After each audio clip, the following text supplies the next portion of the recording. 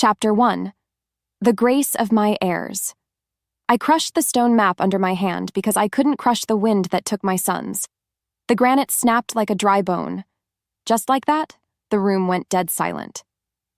"The search is over, King Torin," Arch-Alpha Varric said. His voice was smooth and fake like ice over a trap. "The great winter is too strong. No pup can survive 48 hours in the frost reach. What's worse is that the pack is starting to talk. They need a leader, not a grieving father." I didn't look at him. If I did, I would rip his throat out right here on the rugs. In fact, I could already feel my wolf's claws pushing against my skin. My sons, 3 little heartbeats, were out there in the white void. They were only 5 winters old. They were tiny. They were cold. So, I did the only thing a king could do. I lied to myself. "The search continues until I see their bodies," I whispered. My voice sounded like grinding stones. Because of that, Varric stepped back. He was scared of my power, but he was more scared of losing his chance at my throne. I remember when I was a pup, my father told me a story about a wolf who got lost in the snow. That wolf didn't die from the cold. He died because he gave up hope. I am a king. I don't have the luxury of giving up. Still, the weight in my chest was getting heavier. Truth be told, I felt the pack link fading. It's a thin, golden thread that connects a father to his children. It was stretching, it was fraying, which meant I was running out of time. I walked to the balcony and threw the doors open. The storm hit me like a physical blow. It screamed in my face, telling me I was a failure. As the wind shifted, something strange happened. The smell of death and ice disappeared for a split second. Instead, I caught a scent that made my brain stop. It was wild lavender. It was warm fire smoke. It was magic? In that moment, my wolf stood up inside me. Lavender. Fire. Life. As if fate demanded it, I stepped onto the railing. Have you ever felt like the world was trying to tell you a secret? Maybe it was fate, but that scent didn't belong in a graveyard. Moments later, I was falling. I shifted midair. My bones cracked and grew. My fur sprouted. I hit the snow as a 400-pound lichen king. Without warning, I charged into the whiteout. I wanted my sons back. I wanted the cold to stop. I wanted the world to make sense again. Because if they were dead, I was going to burn the world down to keep them warm. Chapter 2. The Tracker's Ghost. My paws hit the frozen ground like hammers. After that, every breath felt like swallowing broken glass. The storm was trying to bury me, but I was too angry to die. More importantly, that scent of lavender was getting stronger. It led me toward the forbidden zone. This was the place where we sent the silenced, the omegas we didn't want anymore. Deep down, I knew the truth. I hated this place. It reminded me of Elena. She was my mate. She was my queen. Yet, she was the one who broke me. She looked me in the eyes and told me she loved me, while she was helping the rebels kill our people. Because of that, I learned a hard lesson. Women are beautiful traps. Their kindness is a lie used to get close to your heart. Between one breath and the next, a memory flashed in my mind. Elena holding our boys. She looked so soft. She looked so perfect. To make things worse, I realized I was looking for my sons in a place filled with people who hated me. Soon after, I saw a light. It was a faint, golden glow behind a ridge of ice. Beneath the moonlight, I saw my lead tracker, Fenris. He was waiting by a cliff. He looked like a ghost covered in frost. "Sire," he yelled over the wind, "I found a heat signature. It's coming from a cabin, but it's protected by an Omega ward." "An Omega ward?" I asked, shifting back to my human form. In that moment, I felt the cold bite into my bare skin. Despite that, I didn't care. "How can an Omega ward survive this storm?" "I don't know," Fenris said. Rather, he looked confused. "It feels old, like it's part of the mountain. In fact, it's the only reason that cabin hasn't been crushed by the drifts." As the silence stretched, I looked at the golden light. No matter how hard she tried, Whoever was in that cabin couldn't hide from me. I am the king. I have the command. So I told Fenris to stay back. I didn't want any witnesses for what I was about to do. I expected to find a kidnapper. I expected to find a monster. As though fate whispered, I felt a tug on the pack link. It wasn't dying anymore. It was humming. Just like that, my heart started to race. My sons were in there. I could feel them. But I could also feel something else. A presence, something quiet, something strong. Between them, something cracked. My fear turned into a different kind of tension. Was it a trap? Or was it something I wasn't prepared for? Before she could move, I was already at the door. Chapter 3. The Light in the Void. The cabin was small and made of old cedar. In the quiet that followed, I could hear the fire popping inside.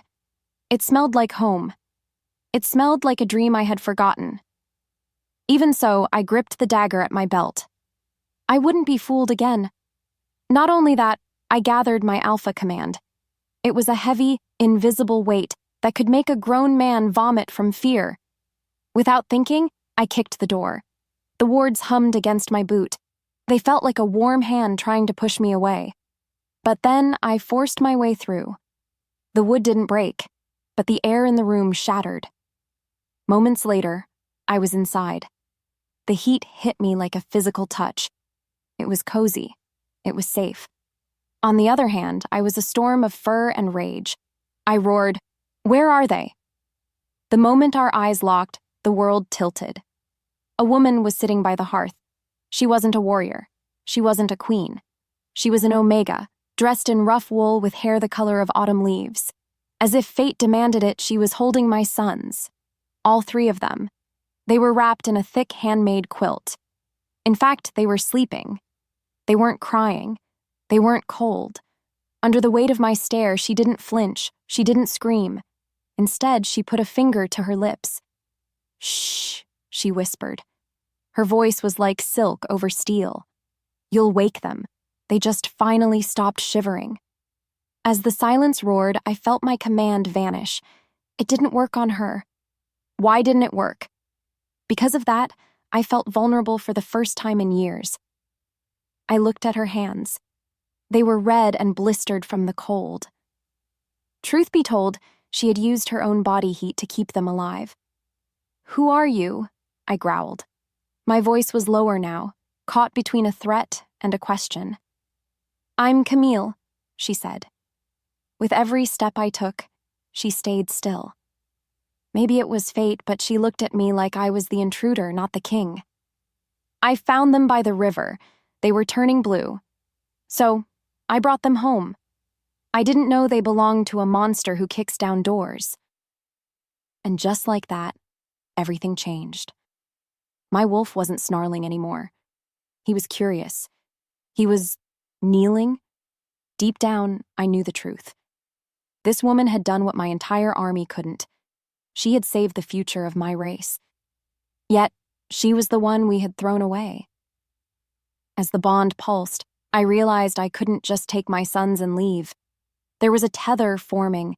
I could see it, a faint silver light connecting her heart to my children, which meant she was now the most dangerous person in my life.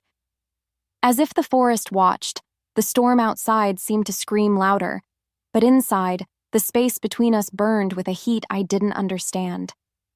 "You're coming with me," I said. Before the words left my lips, I knew I was making a mistake, but I couldn't let her go. As the truth unraveled, I saw a flash of fear in her eyes, followed by a spark of defiance that made my blood sing. In that moment, the real war began. Chapter 4. The Snarl of the Innocent. My blood was boiling because I couldn't understand why she wasn't bowing. I am the king of the North. My command is supposed to break any wolf's will. Yet, Camille just sat there on that rickety wooden stool, looking at me like I was a bad dream she was waiting to wake up from. "Get away from them!" I growled. I stepped forward, my shadow stretching across the cabin floor like a dark stain. Before she could move, I reached for my eldest son, Leo. He was the future king. He didn't belong in the arms of a nameless exile. Without warning, Leo woke up. But he didn't reach for me. Instead, he bared his tiny, milk-white teeth and snapped at my hand. My own son. The boy I had spent 48 hours dying to find was protecting the woman who shouldn't even have a name. In that moment, I felt a coldness that had nothing to do with the snow. Because of that, I pulled my hand back as if I had been burned. Have you ever felt the sting of your own blood turning against you? Maybe it was fate, but the betrayal felt sharper than any rebel's blade. "They don't know you," Camille whispered. She didn't sound happy about it. She sounded sad. In fact, she pulled the quilt tighter around them. "They spent 2 days in the dark, King Torin. They were crying for a father who didn't come. Soon after, they found me. To them, I am the only thing in this world that is warm." As the silence stretched, I looked at the pups. They were all awake now, huddled against her like she was the center of the universe, which meant my power meant nothing here. So, I did the only thing I knew how to do. I leaned on the law. "You are silenced," I said. My voice was a jagged edge of ice. "You were stripped of your pack link. You were cast out to die. To make things worse, you have touched the royal bloodline. By law, I should take your head for even looking at them." Under the weight of his stare, she finally stood up. She was small, reaching only to my chest, but she carried herself with a grace that made my throne room feel like a cage. Rather than begging for mercy, she held out a small silver locket. It was the royal crest I had given my sons. "I knew who they were," she said. Truth be told, her eyes were clearer than the mountain spring. I could have left them. I could have let the storm take the sons of the man who threw me away. But I couldn't listen to them scream, because unlike you, I still remember what it feels like to be abandoned. Between them, something cracked. I looked at her frostbitten fingers. I looked at the way she stood between me and the heirs. Deep down, I knew the truth. She wasn't a kidnapper. She was a savior. And just like that, everything changed. Chapter 5. The Forced Decree. What followed was a battle of wills that I wasn't winning. I wanted to grab my sons and run. I wanted to leave this cabin and never look back at the woman with the lavender scent. Still, every time I moved, the pups shrieked. Their heartbeats were racing, skipping beats because they were terrified of my rage. "You've done something to them," I accused. I paced the small room. Not only that, I could feel the ancient magic of the cabin pressing against my skin. It was thick and suffocating. "You used some Omega trick to bind them to you. Is that your plan? To use the princes as your shield?" "I don't have a plan, Torin," she said. In the quiet that followed, she used my name without my title. It felt like a slap. By the time I could respond, she was kneeling by the fire, heating a pot of herbal tea. I just wanted to survive the night. Rather, I wanted them to survive. Look at them. With every heartbeat, I watched my sons. They were watching her every move. As if pulled by a string, they followed her with their eyes. Because she had saved them, their spirits had latched onto hers. It was a soul tether. It was a rare, primal bond that happens when a wolf is saved from the brink of death. As the air thickened, I realized the trap I was in. I couldn't kill her. I couldn't even exile her again. If I pulled her away from them now, their fragile little spirits would shatter, which meant I was no longer the one in control. "Pack your things," I commanded. My wolf was pacing in my head, frustrated and hungry. In fact, I was already thinking about the council. They would want her dead. They would call her a witch, so I had to be the one to claim her first. "I'm not going to the Citadel," Camille said. Before the words left her lips, I was in her space. I grabbed her wrist, my fingers circling the delicate bone. But then I felt it. Her pulse was steady. She wasn't afraid of me. "You will come as my prisoner," I whispered. Moments later, I felt the heat of her skin. It was like fire blooming beneath my skin. Despite that, I didn't let go. You will be their protector. You will live in the palace shadows. And if you try to run, I will hunt you to the ends of the world. As her wolf stirred, she looked at my hand on her wrist. No matter how hard she tried, she couldn't hide the flicker of pain in her eyes. Maybe it was fate, but I felt a pang of guilt that I didn't want. I let go of her as if her skin was made of hot coals. As the wind shifted, the cabin door creaked open. The storm was waiting for us. Eventually, she nodded. She didn't have a choice. None of us did. Chapter 6. The Gates of Obsidian. That night, we traveled in a silence that felt heavier than the snow. I sat at the front of the sled, my eyes scanning the tree line for rebels. Meanwhile, Camille sat in the back, tucked between my 3 sons. They were all asleep, their heads resting on her lap. As if fate demanded it, I found myself watching her reflection in the ice. Deep down, she knew the truth. This wasn't a rescue.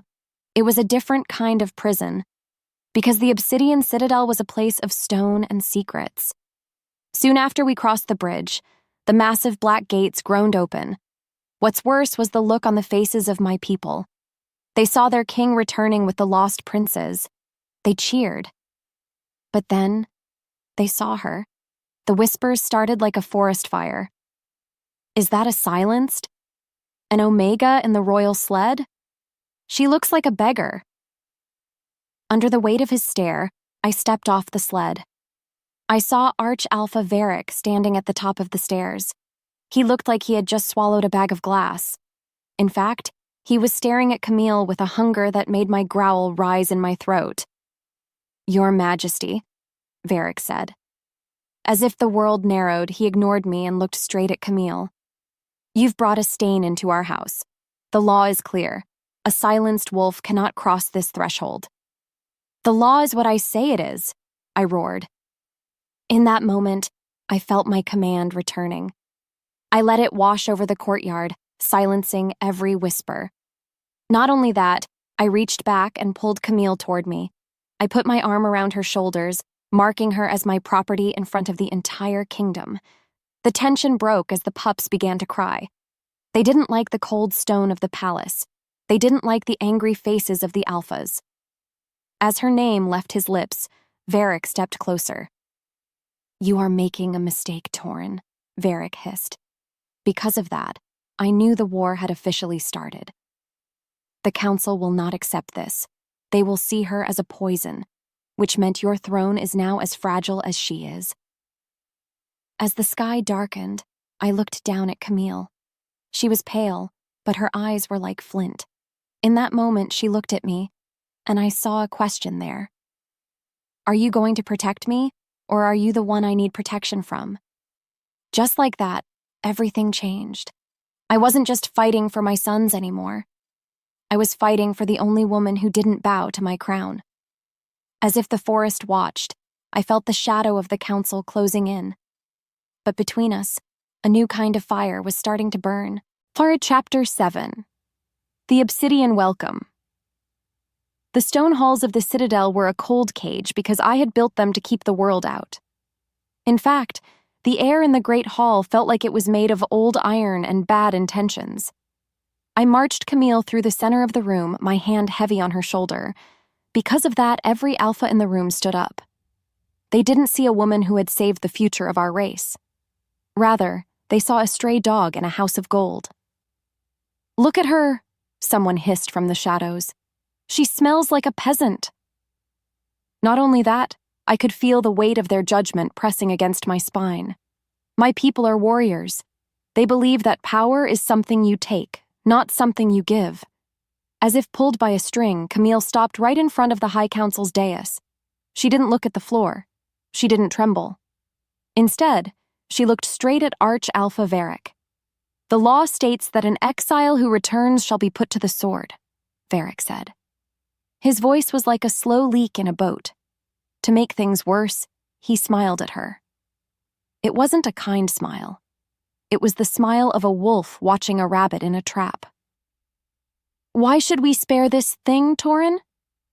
"She saved my sons," I roared. My voice bounced off the vaulted ceiling like a physical blow. Because of that, the room went dead silent. While your guards were busy shivering in their barracks, she was fighting the great winter with nothing but a wool blanket. In fact, she is the only reason you still have a bloodline to serve. As the silence stretched, I watched Camille. She stood there, her steel spine as straight as a spear. No matter how hard she tried, she couldn't hide the flicker of pain when Varric called her a thing. Still, she didn't beg. Between one breath and the next, she stepped forward and spoke without being asked. "I didn't save them for your law," she said. Her voice was quiet, but it carried to every corner of the room. "I saved them because they were cold. So if you want to kill me for that, do it now. But don't you dare call them a bloodline. They are children." The tension broke with a gasp from the crowd. No one spoke to the council like that, which meant I had a bigger problem than I thought. As if fate demanded it, I saw the way the younger Omegas in the back of the room looked at her. They weren't disgusted, they were inspired. Maybe it was fate, but Camille had just lit a fire in a room full of ice. Chapter 8. The Nursery War. What followed was a disaster that I should have seen coming. I tried to do things the king's way. I ordered the royal nannies, 3 high-ranking alphas with silver hair and cold hearts, to take the pups to the nursery. In fact, I thought if I separated Camille from my sons, the soul tether would just go away. I was wrong. Because of that, I spent the next hour listening to my palace being torn apart. I burst into the nursery to find my sons in full shift mode. They were tiny balls of gray fur and sharp teeth shredding the silk curtains. To make things worse, they had cornered the nannies on top of a wardrobe. As the silence roared, I realized my sons weren't just angry. They were terrified. They were looking for the lavender scent. They were looking for the warmth. "Get out," I told the nannies. They didn't argue. Soon after, I looked at Camille. She was standing by the door, her arms crossed. Truth be told, she looked like she wanted to say, "I told you so." "Fix this," I commanded. Her body moved on instinct. She didn't walk. She glided. Without thinking, she sat down in the middle of the mess. She didn't growl. She didn't use power. Instead, she just started to hum that same low, ancient melody from the cabin. As fire bloomed beneath her skin, the pups stopped. A beat later, they were piling into her lap, their little bodies shaking with relief. Time stood still as I watched her. I am a king because I can force people to obey. She is a protector because people want to belong to her. It was a parallel I couldn't ignore. I am the iron. She is the hearth. I am the hunter. She is the home. As the air thickened, I sat down on the floor across from her. "How do you do it?" I asked. My voice was a whisper. Under the weight of his stare, she looked up. The moment their eyes locked, I felt a pull in my gut that had nothing to do with the pack link. "I don't treat them like soldiers, Torin," she said. As if the world narrowed, she reached out and touched Leo's ear. "I treat them like they matter. Because to an Omega, everyone matters. Even a king who thinks he doesn't need anyone." Her thoughts spun, and so did mine. As the bond pulsed, I realized that the nursery wasn't the only thing that was broken. I was broken too. And just like that, everything changed. Chapter 9. The First Snare. The sound of a heavy door closing and a whisper in the dark. That night, the palace felt like it was holding its breath. I walked Camille to her chambers, which were right next to mine. Not only that, I had doubled the guard. Yet, as I turned to leave, I saw Arch-Alpha Varric standing at the end of the hall. He was talking to a young advisor I didn't recognize. Beneath the moonlight, I saw Varric hand the boy a small, dark vial. Because of that, my wolf began to pace in my head. I moved closer, blending into the shadows. Rather than confronting them, I listened. "The king is blinded by the Omega," Varric whispered. To make things worse, he patted the boy on the shoulder. "If the princes are tainted by her care, they are no longer fit for the throne. We need to clean the house." In that moment, I felt a surge of lethal rage. As if pulled by a string, I almost shifted right there. But then, I noticed something. As the advisor walked past me, I caught a scent. It wasn't lavender. It was a sharp, metallic smell. A scent of poison. It was clinging to the boy's sleeve. Before he could move, I went to Camille's room. I didn't knock. Without warning, I burst in. She was standing by the window, looking out at the snow. She felt it, clear as day. She knew something was wrong. "Don't eat anything they bring you," I said. My voice was trembling with a mix of fear and fury. Truth be told, I didn't know who I could trust anymore, because the snare was already set, and Camille was the bait. "Torin?" she asked. Her voice trembled. "What's happening?" "The council is moving," I said. With every step he took, I got closer to her. I needed to see her. I needed to know she was real. As the truth unraveled, I realized that by bringing her here, I hadn't saved her. I had put her in the center of the target. As her wolf stirred, she reached out and touched my chest. The space between us burned. In the quiet that followed, I realized that the poison wasn't just on the advisor's sleeve. It was in the very air of the Citadel. But as I looked into Camille's eyes, I saw a light that no darkness could touch. Just like that, everything changed. I wasn't just her jailer anymore. I was her only ally. As if the forest watched, I knew the first strike was coming, and I had to be ready to kill everyone in this mountain to keep her alive. Chapter 10. The Lesson of the Wolf.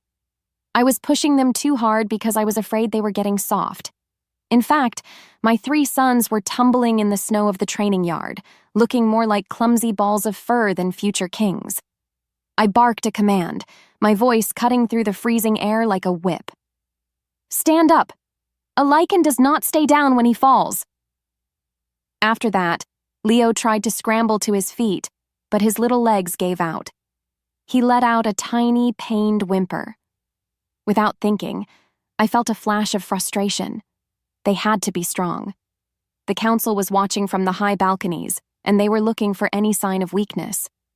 What's worse was that Camille was standing by the stone wall, watching me with those judging, autumn leaf eyes. "You're teaching them how to fight," Camille said. With every step she took, the snow crunched under her boots. "But you're not teaching them how to live. Rather, you're scaring them, Torin." "Fear is a teacher," I growled. In that moment, I felt the urge to shift, to show her the raw power that kept this kingdom alive. Instead, I wiped the frost from my brow. If they are not the strongest, they will be hunted. That is the way of the pack. Before she could move, she walked right into the center of the training circle. She knelt down and opened her arms. As if pulled by a string, all 3 pups abandoned their practice and piled into her lap. Because of that, my jaw tightened. She was undermining my authority. Still, I couldn't stop watching the way her touch made their little hearts slow down. "Watch," she whispered. Moments later, she closed her eyes. She didn't use a command. She didn't use force. As if summoned, a small snowbird landed on her finger. She wasn't an alpha, but the world answered her. In the quiet that followed, Leo didn't growl. He watched the bird with wonder. He wasn't a soldier, he was a child. As fire bloomed beneath her skin, she looked at me. Strength isn't just about the kill, Torin. It's about what you choose to protect. In fact, if you only teach them to be monsters, who will they have left to rule? As the silence roared, I felt my world tilt. I was the iron of the throne. She was the soft earth beneath it. I was the winter storm. She was the first sprout of spring. As the bond pulsed, I saw Leo's eyes glow with a strange golden light.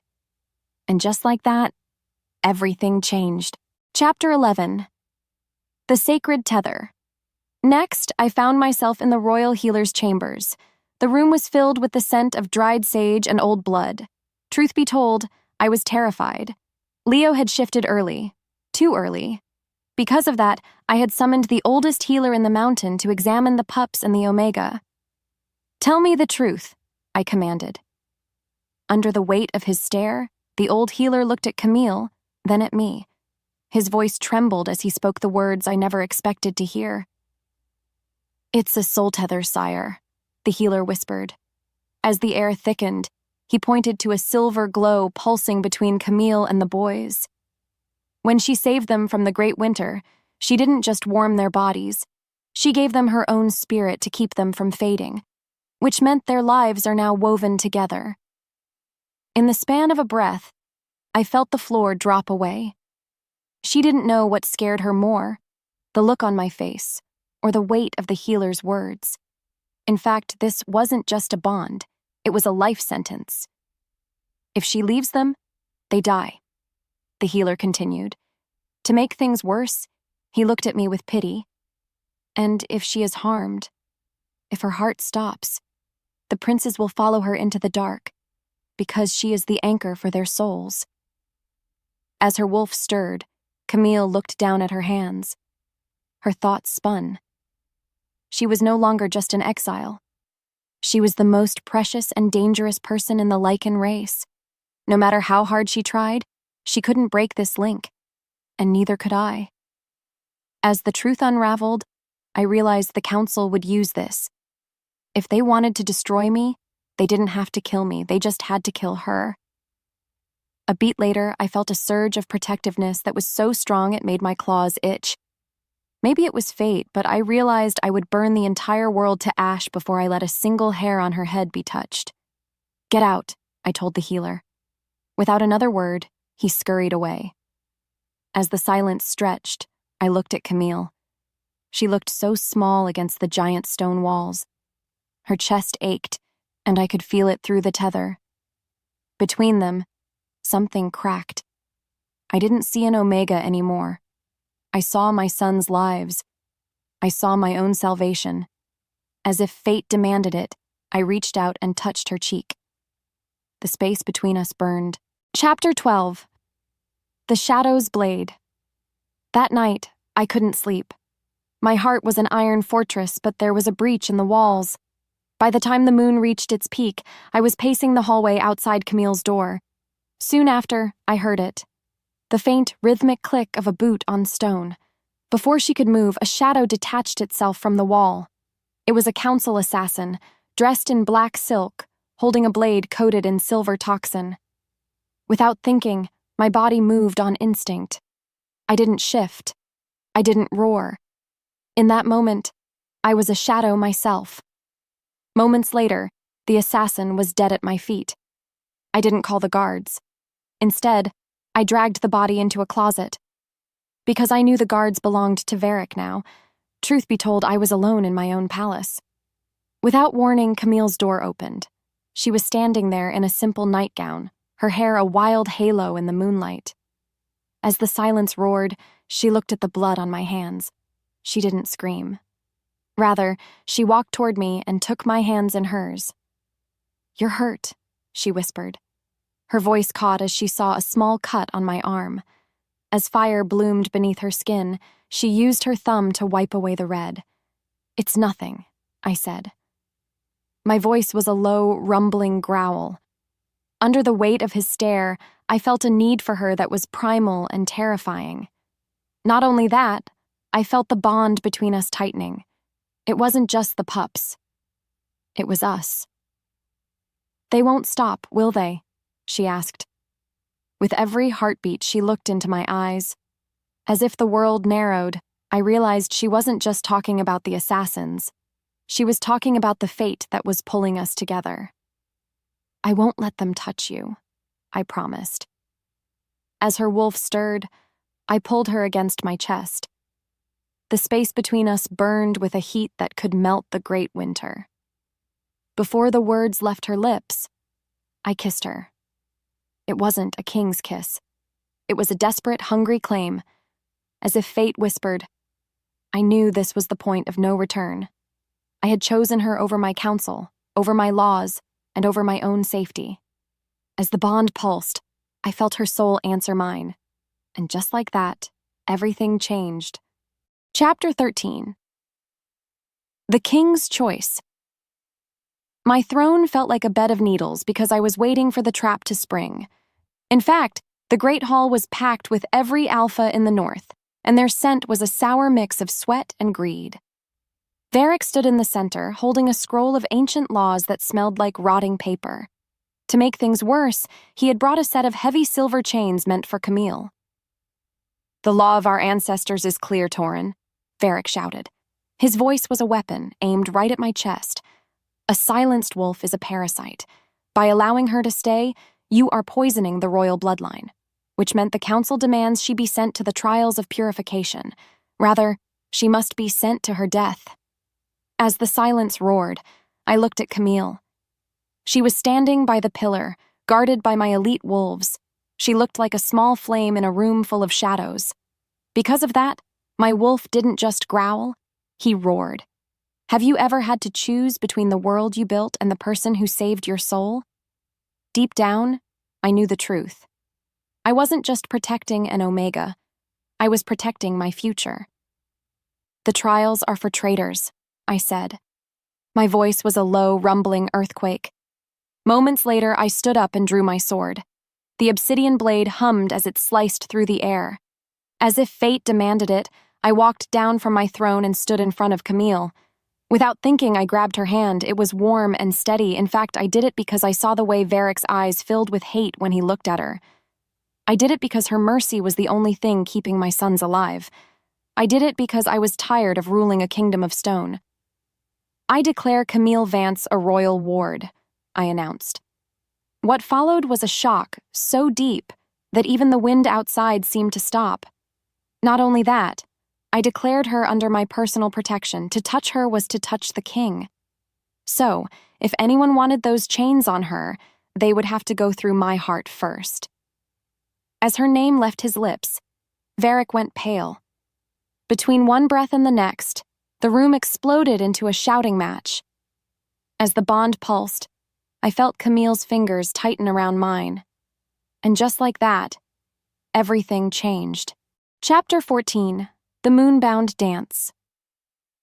That night, the palace was a sea of false smiles and hidden daggers. It was the Moonbound Gala, a tradition meant to show the strength of the pack. Even so, I only had eyes for one person. Camille was dressed in a gown of deep violet silk that made her look like a goddess from the old stories. As if pulled by a string, I walked toward her and held out my hand. "Dance with me," I whispered. Before she could move, I pulled her onto the floor. Time stood still as the music began. I moved like a king, but I felt like a beggar. I wore a crown, but I carried a chain. I was the alpha, but she was the one in control.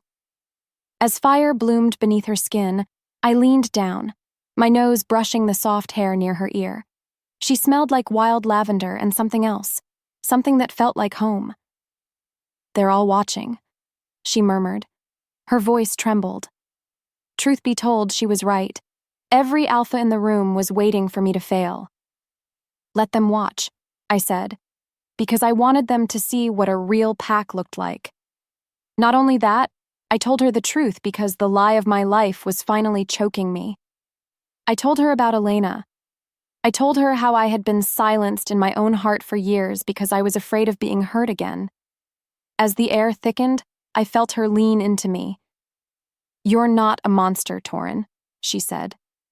With every heartbeat, she looked at me with a kindness I didn't deserve. Maybe it was fate, but for the first time in 3 years, I felt like I could breathe. As her wolf stirred, she touched the scar on my neck. The space between us burned with a heat that made the fireplace look like a block of ice. Soon after, the music slowed. As the wind shifted, I saw a shadow move in the balcony. Just like that, the peace was gone. Which meant the danger hadn't left. It was just waiting for the lights to go down. Chapter 15. The Blood Oath. Moments later, I led Camille down into the ancestral crypts. It was the only place the council's spies couldn't reach. The air was cold and smelled of damp earth. Beneath the moonlight that filtered through the high cracks, the statues of my fathers looked down on us. Because of that, I felt the weight of every king who had come before me. "Why are we here?" Camille asked. Her thoughts spun. I need to make a promise, I said. Without warning, I knelt before the tomb of the first king. In that moment, I realized my sword was for my enemies, my heart was for my sons, and my soul was for her. In fact, I was ready to give it all up. Swear to me, Camille, I said. Under the weight of his stare, I took her hands.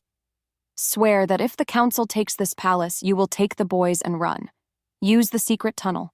Go back to the Frost Reach, because you are the only one who can keep them safe. I'm not leaving you, she said. No matter how hard she tried, she couldn't keep her voice from breaking. Instead, she knelt with me. As her wolf stirred, she made me promise to trust her mercy over my command. Between them, something cracked. It was the last wall of my heart.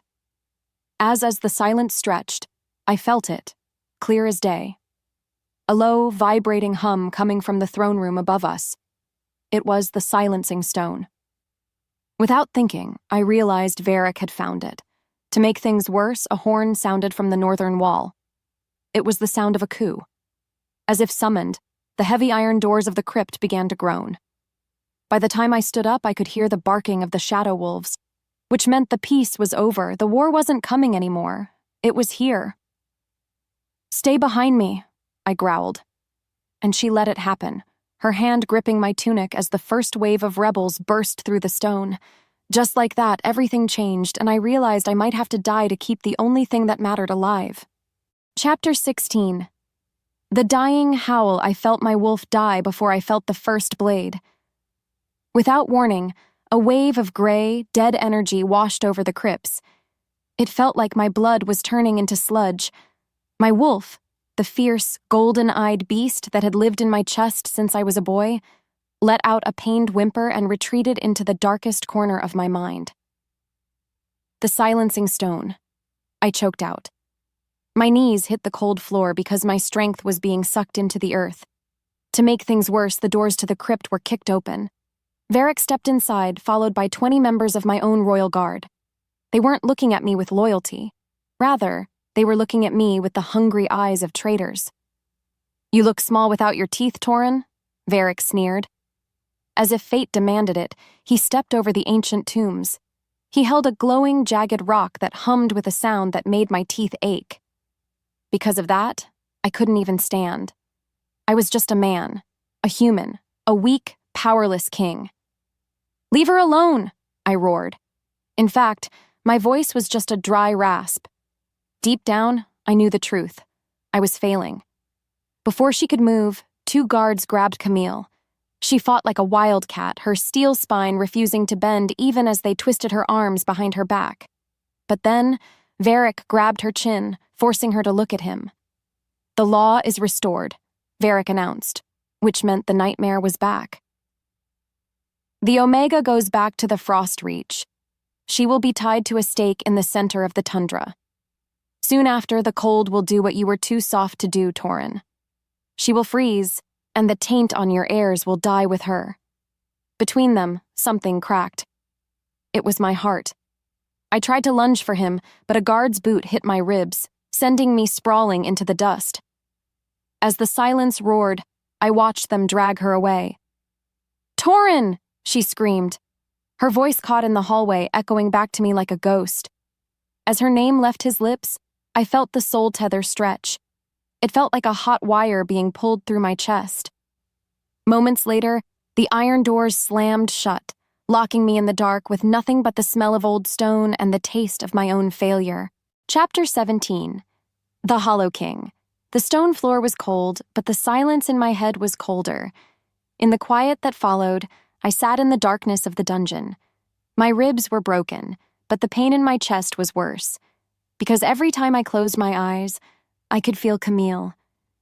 The soul tether was still there, but it was thinning. It was getting colder, which meant she was already moving toward the ice. Without warning, I heard them. My sons. They were locked in the nursery tower, and they were howling. It wasn't a wolf's howl. It was a cry of pure agony. Truth be told, their spirits were breaking because their anchor was being taken away. "Stop it," I whispered. I covered my ears, but the sound was inside me. Not only that, I felt a wave of despair that made me want to give up. I had been so arrogant. I thought I was the only protector.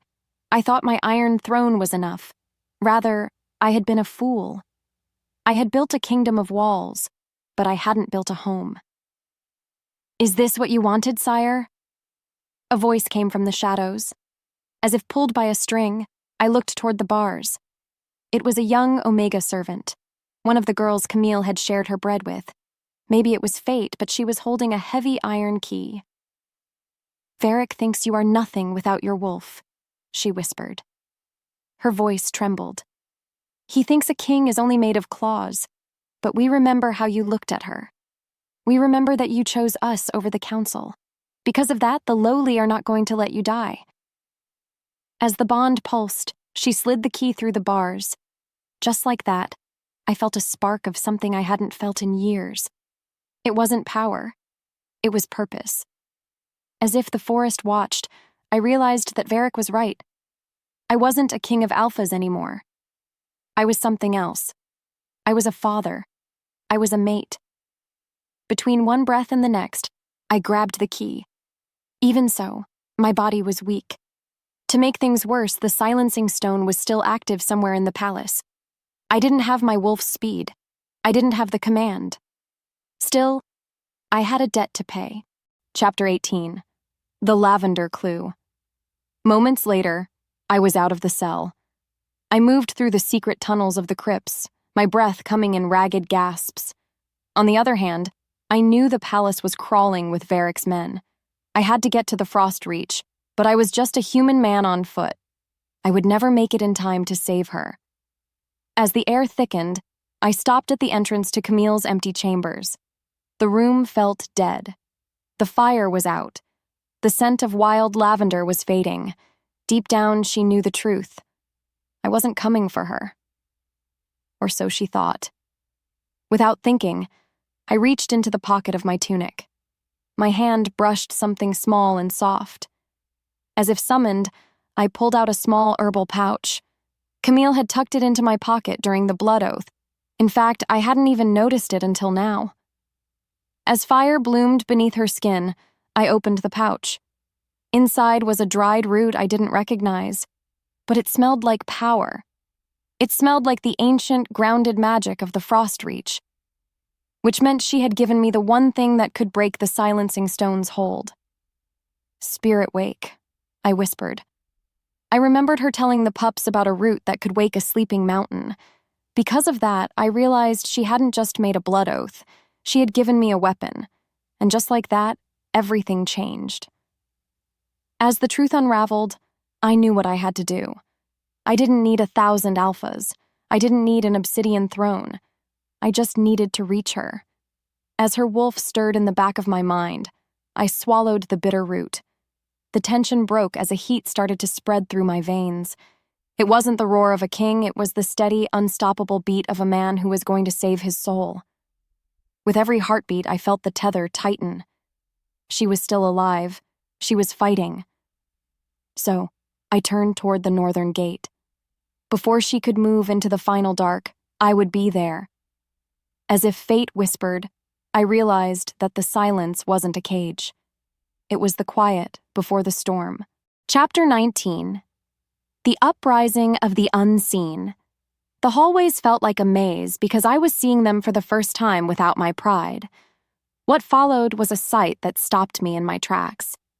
In the kitchens and the laundry rooms, the lowly ones were waiting. They were the servants Varric ignored. They were the Omegas the pack had forgotten. In fact, they were the ones who were going to save us all. "The alphas are at the gate," the young girl whispered. Between one breath and the next, she handed me a heavy leather cloak. "They are watching the main roads, but we know the old paths. We know the ways the mountain breathes."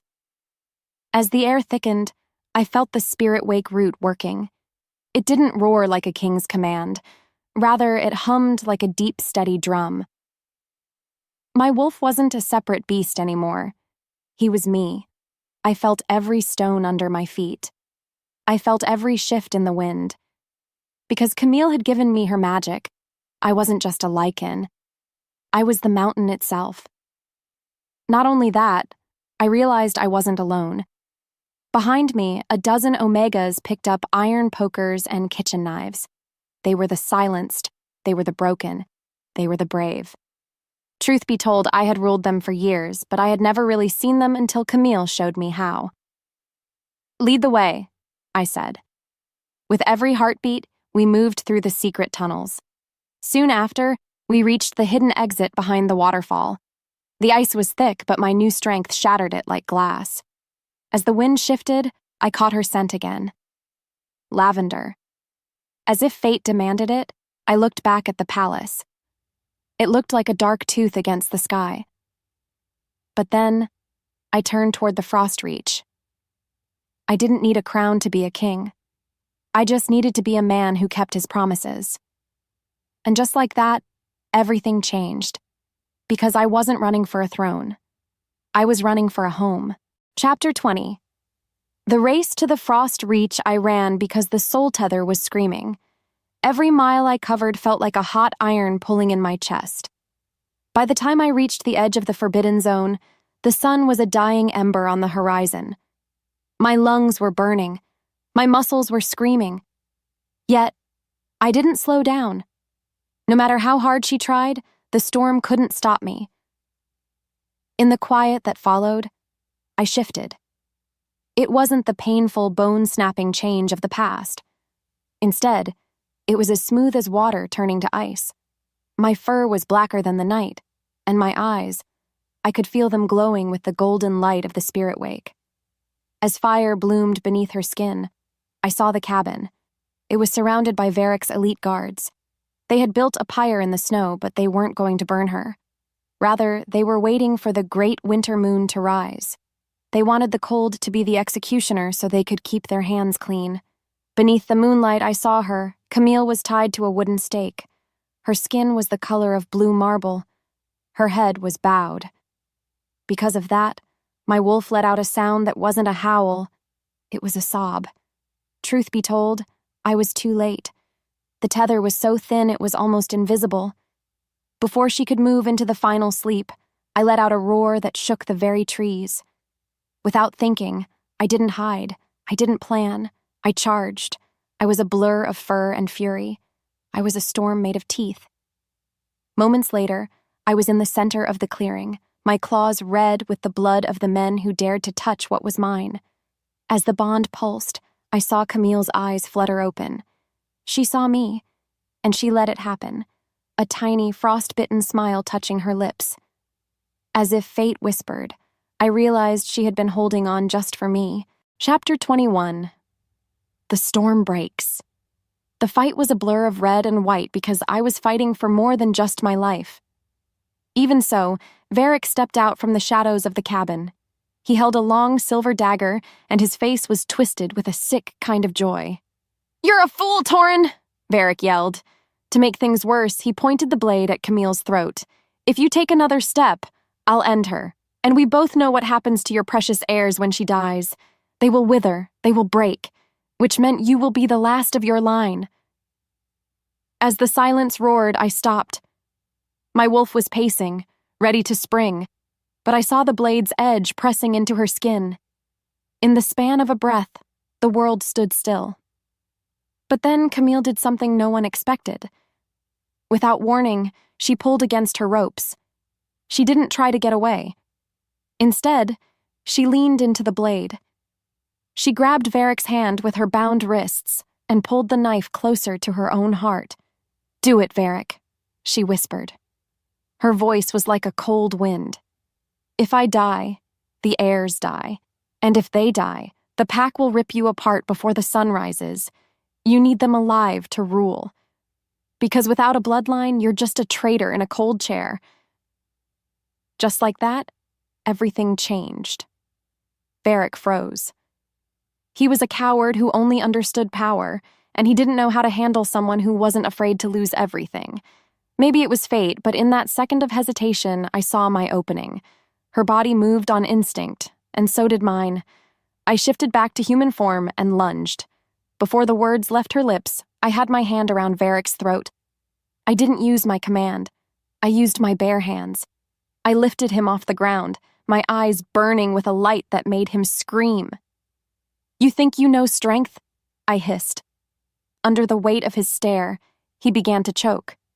"You don't know anything." As the sky darkened, I threw him into the snow. I didn't kill him. I didn't have to. Because behind me, the Omegas I had gathered were emerging from the woods. The tension broke as the common people surrounded the elite guards. As the bond pulsed, I turned to Camille. I ripped the ropes from her wrists. I pulled her into my arms, my heat pouring into her frozen body. "I've got you," I whispered. Between them, something cracked. It was the old world. It was the law. And as the silence roared, I knew the final showdown wasn't over, but the mercy of the Omega had already won the war. Chapter 22. The Truth of the Heart. I didn't return to my palace like a conqueror because I didn't want to rule through fear anymore. What followed was a silence so thick you could taste the salt in the air. I walked through the main gates of the Citadel, my arm wrapped tightly around Camille's waist. Behind us, a ragged army of Omegas and outcasts marched with their heads held high. Still, the High Council was waiting on the stairs, their faces like carved masks of stone. "Seize them!" Varric screamed. He looked like a cornered rat, his eyes darting toward the guards. But then, something shifted. The guards didn't move. Truth be told, they were looking at the way I was holding Camille. They were looking at the raw golden light still pulsing in my eyes, a light that came from her mercy, not my command. As the air thickened, I stepped forward. I didn't draw my sword. I didn't roar. I didn't bring an army. I brought a savior. I didn't bring a king. I brought a father. I didn't bring an iron law. I brought the truth. In fact, I realized that the real power wasn't in the obsidian throne. It was in the woman standing next to me. "The heirs are alive!" I shouted. My voice was a warm wind that swept through the courtyard. Because of that, the people began to cheer. Just like that, the council's power started to crumble like dry sand. Moments later, Camille stepped forward. She reached out her hand and the soul tether flared, a brilliant silver bridge of light that connected her to the nursery tower high above us. As fire bloomed beneath her skin, the truth unraveled. Every wolf in the Citadel felt it, the warmth, the protection, the love. While the forest held its breath, Camille looked at Varric. "You told them I was a poison," she said. Her voice trembled, but it didn't break. "But I am the heart that kept your princes beating, which meant the only poison here is the man who would let children die for a crown." The tension broke like a snapped string. The guards turned their spears toward the council. In that moment, I felt my wolf surge forward, not to kill, but to protect. As the bond pulsed, I watched the people I once ruled with fear drop to their knees, not for me, but for her, because they finally saw what a real pack looked like. Chapter 23. The Great Thaw. Soon after, the Citadel felt different. The great winter was finally losing its grip. Come morning, the sun hit the black stone of the palace, and for the first time in my life, the shadows didn't look so deep. Truth be told, the most beautiful sound in the world wasn't a victory horn. It was the sound of my 3 sons running down the hallway. Without warning, they burst into the solar. They didn't go to me first. Instead, they dove into Camille's lap. Because of that, I felt a lump in my throat that I couldn't swallow. I watched her kiss their heads, her steel spine finally relaxing into the soft curves of a mother's love. She felt it, clear as day, and she looked at me over their heads. "They're hungry," she laughed. As her wolf stirred, she looked at the bowl of fresh fruit on the table. Rather than calling a servant, I picked up an apple and sliced it myself. In the stillness that followed, I realized that the old Torin would have been ashamed to do Omega work. But this Torin was finally at peace. Between them, something cracked. It was the last of my pride. Not only that, I walked over and sat on the floor with them. Under the weight of his stare, Camille reached out and touched my hand. Her thoughts spun, and I knew what she was thinking. We had survived the storm. We had broken the law.